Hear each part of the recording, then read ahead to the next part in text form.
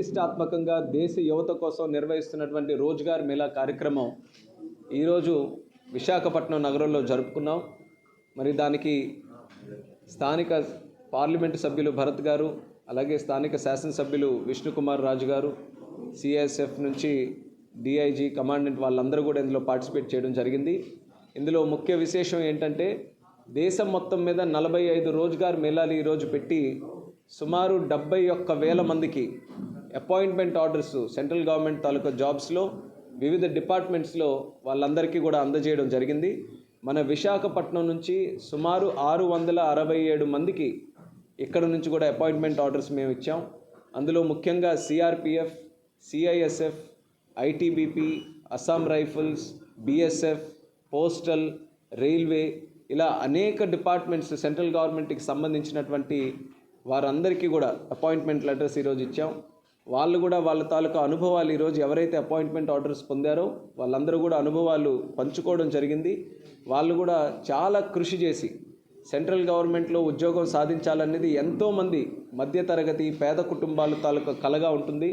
అటువంటిది వాళ్ళందరూ కూడా వాళ్ళకుండే ఛాలెంజెస్ కానీ, ఇంటి దగ్గర ఉన్నటువంటి పరిస్థితులను కానీ వాటన్నిటినీ కూడా ఎదుర్కొని ఒక ఛాలెంజ్గా కమిట్మెంట్తో ఎగ్జామినేషన్స్ అన్నిటికీ కూడా ప్రిపేర్ అయ్యి ఈ స్థాయి వరకు వచ్చేసిన తర్వాత సాధారణంగా వాళ్ళు జాబ్ సంపాదించిన తర్వాత వాళ్ళ ఇంటికి అపాయింట్మెంట్ లెటర్ మనం ఇవ్వచ్చు. కానీ వాళ్ళకి కూడా ఒక గౌరవం ఇచ్చే విధంగా, వాళ్ళకి కూడా మోటివేట్ చేసి ఎంకరేజ్ చేసే విధంగా ప్రధానమంత్రి గారు ఈ రోజ్గార్ మేళా పెట్టి వాళ్ళలో దేశం కోసం సర్వీస్ చేయాలనేటటువంటి ఒక భక్తి భావన క్రియేట్ చేయాలనే ఆలోచనతో ఈ రోజ్గార్ మేళాస్ నిర్వహించాం. చాలా సక్సెస్ఫుల్గా జరిగింది.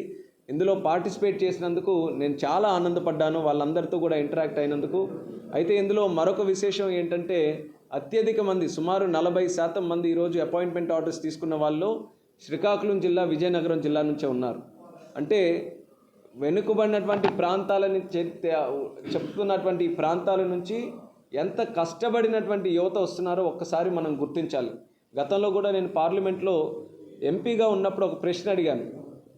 ఆ పారామిలిటరీ ఫోర్సెస్లో ఈ ఆంధ్రప్రదేశ్ రాష్ట్రానికి సంబంధించి అత్యధిక మంది ఎక్కడి నుంచి భర్తీ అవుతున్నారని అంటే శ్రీకాకుళం జిల్లా అని వచ్చింది. అంటే మన శ్రీకాకుళం జిల్లా కానీ ఉత్తరాంధ్ర ప్రాంతం కానీ స్థానికంగానే పనిచేయడం కాకుండా ఎక్కడైనా సరే దేశం కోసం, దేశ రక్షణ కోసం ఏ ప్రాంతానికైనా వెళ్ళి పనిచేస్తామనడానికి ఈరోజు అపాయింట్మెంట్ ఆర్డర్స్ అత్యధికంగా పొందినటువంటి వాళ్ళందరూ కూడా ఒక ఉదాహరణ. అలాగే మరొక పక్కన కేంద్ర ప్రభుత్వం, రాష్ట్ర ప్రభుత్వం భారతదేశంలో ఉన్నటువంటి యువశక్తిని మనం సరైన మార్గంలో పెట్టాలంటే వాళ్ళకి ఉద్యోగ అవకాశాలు కల్పించాలి.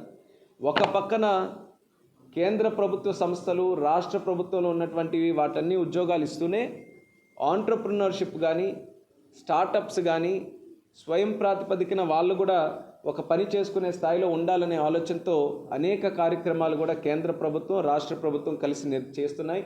మరి ఎన్డీఏ ప్రభుత్వం తాలూకా ముఖ్య ఆలోచన యువతని ఎంకరేజ్ చేయాలి.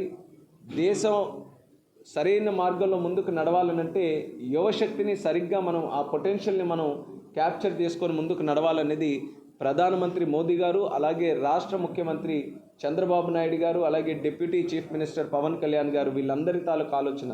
వాళ్ళు ఎక్కడ మాట్లాడినా మనం చూస్తుంటాం, ఖచ్చితంగా యువత గురించి ప్రత్యేకంగా వాళ్ళు ప్రస్తావిస్తూ యువతను ముందుకు తీసుకొని రావాలని వాళ్ళు ఏ ప్రోగ్రామ్స్ చేసినా సరే యూత్ సెంట్రిక్గా అన్ని కార్యక్రమాలు కూడా చేస్తున్నారు.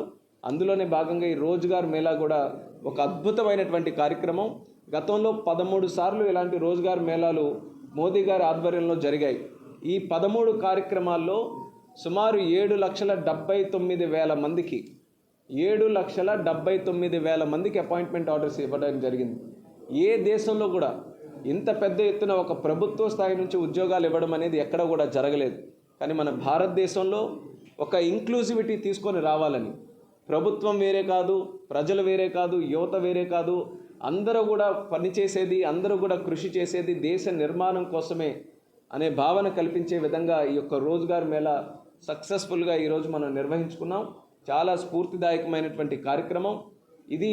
ఒక అవకాశంగా తీసుకొని భవిష్యత్తులో కూడా ఎంతోమంది యువత మరి ఇటువంటి కార్యక్రమాలు నిర్వహించేటప్పుడు వాళ్ళకు కూడా ఈ అవకాశంగా తీసుకొని వాళ్ళు కూడా ఒక మంచి ఉద్యోగం రాణించడానికి ఇది వాళ్ళకి కూడా స్ఫూర్తినివ్వాలని నేను భావిస్తున్నాను.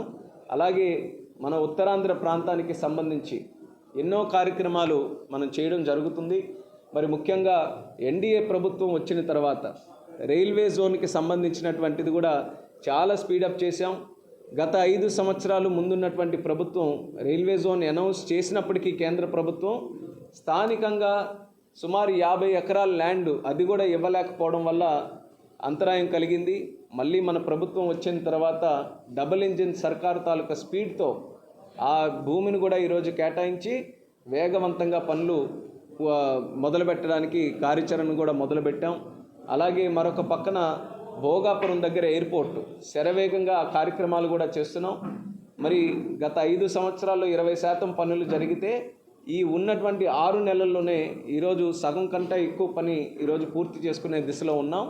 జూన్ 26 కల్లా భోగాపురం ఎయిర్పోర్ట్ని కంప్లీట్ చేయాలని కంకణబద్దులై ఈరోజు కృషి చేయడం కూడా జరుగుతుంది. ఆ కార్యక్రమమే జరిగితే 3 జిల్లాలకి కూడా ఉమ్మడి 3 జిల్లాలు కూడా ఉత్తరాంధ్ర జిల్లాలకి చాలా మంచి ఎకనామిక్ యాక్టివిటీ క్రియేట్ చేసే సెంటర్గా భోగాపురం ఎయిర్పోర్ట్ కూడా పనిచేయబోతుంది. భోగాపురం ఎయిర్పోర్ట్ యాక్సెస్ కోసం హైవేస్ని కూడా డెవలప్ చేయాలనేది మనం గతంలో కూడా మనం చర్చించుకున్నాం. దానికి సంబంధించి విశాఖపట్నం నగరం నుంచి ఏదైతే NH16 వెళ్తుందో అందులో ఒక 12 పాయింట్స్ని మనం ఐడెంటిఫై చేసాం. 12 చోకింగ్ పాయింట్స్ ఏవైతే ఉన్నాయో అవి కూడా డెవలప్ చేయాలని గతంలో గడ్కరీ గారి తాలూకా సలహాలు సూచనలు కూడా